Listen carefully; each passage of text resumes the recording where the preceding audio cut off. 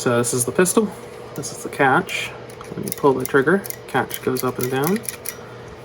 I'm just replacing a few parts from the first prototype. The first prototype, there were no air ingress holes on the bit that holds the back of the spring, so I added those to this piece. And then I'm also shortening the front shell holder on the first prototype. Actually, let me put on a piece here before the springs for the catch go flying. So let me just put this on and I'll keep talking. You can see it has dovetails up here that go into the rail. So that aligns the rail. Anyway, this is the old shell holder at the front. This is the new one.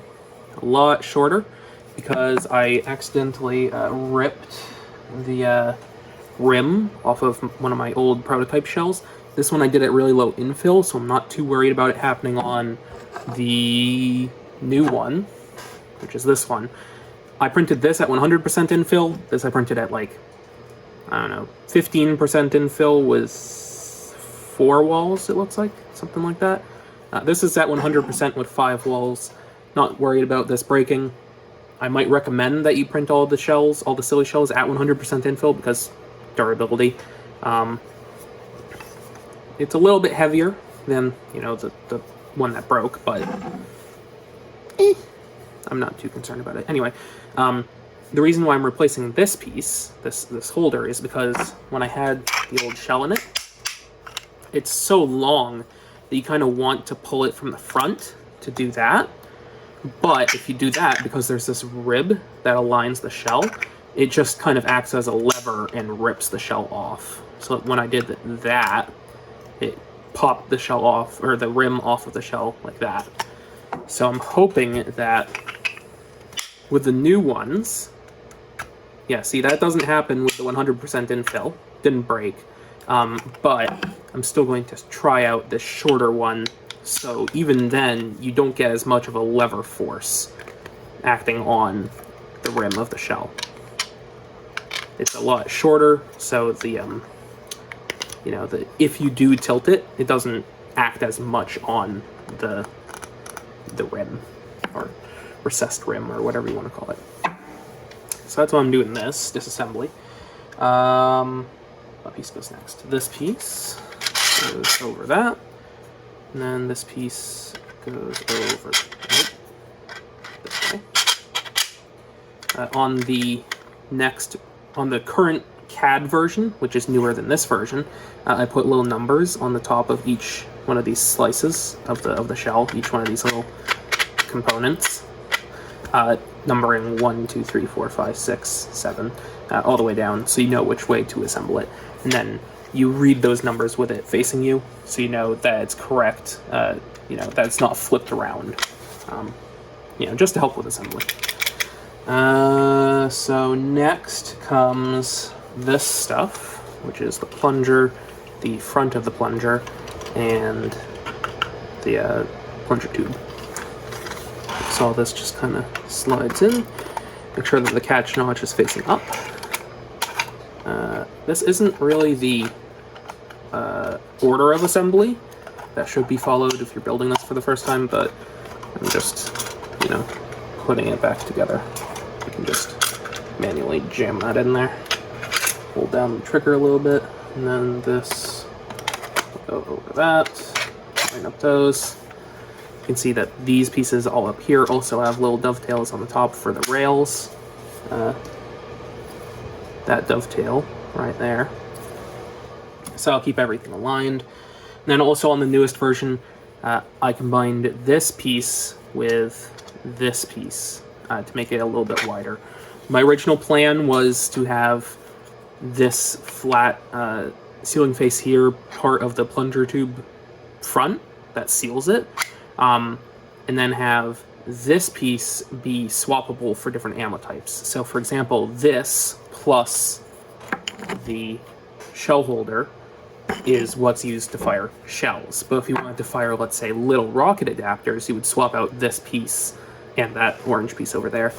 But I realized as I was putting this together that this is basically the same as this. I just had this one stick out a little bit longer. But this flat face here is pretty much the same. So what I did was I made this as thick as this, so it would still be strong, and then I just got rid of this piece. So now it's just a flat face here, and you just attach this to fire shells. And then if you want to fire little rocket adapters or something like that, I'll replace this piece with one of those. Or something like that. But for now, I'm going to keep using this piece because this is the old prints. Yeah. Oh, and I also extended the grip further forwards to make up for that. Because right now, with this version, the grip kind of ends before this flat piece. I changed that so the grip ends at where the orange of this piece begins. So instead of ending back here, it ends right here. Just a little aesthetic change. Oh, I needed to put on the rail before I put on those. That's fine. Rails also have little A and B on them. Not sure if you can see that. Right there. There's an A, and the other one has a B.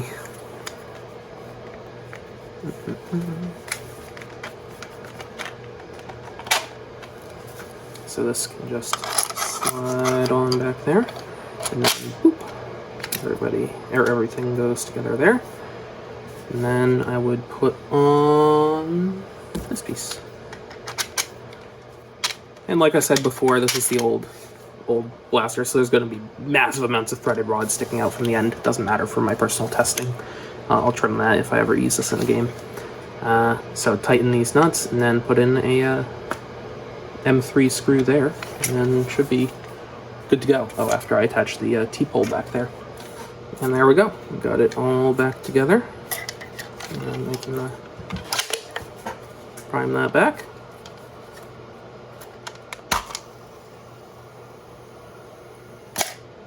And fire. I think I have a few darts right back there. This is the mega shell, so we can fire mega darts. Yep. Fires really well. Really, really well. So yeah, there we go. That is the currently unnamed shell loading pistol. And then of course you can use any shell that's a silly shell.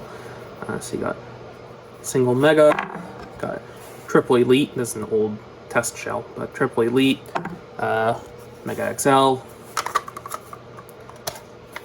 There's going to be a rival shell, double elite, single elite, ultra, hyper, all the things that are ammos that you can fit in this kind of form factor.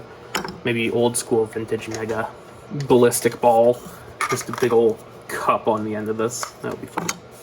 Yeah. There is the blaster.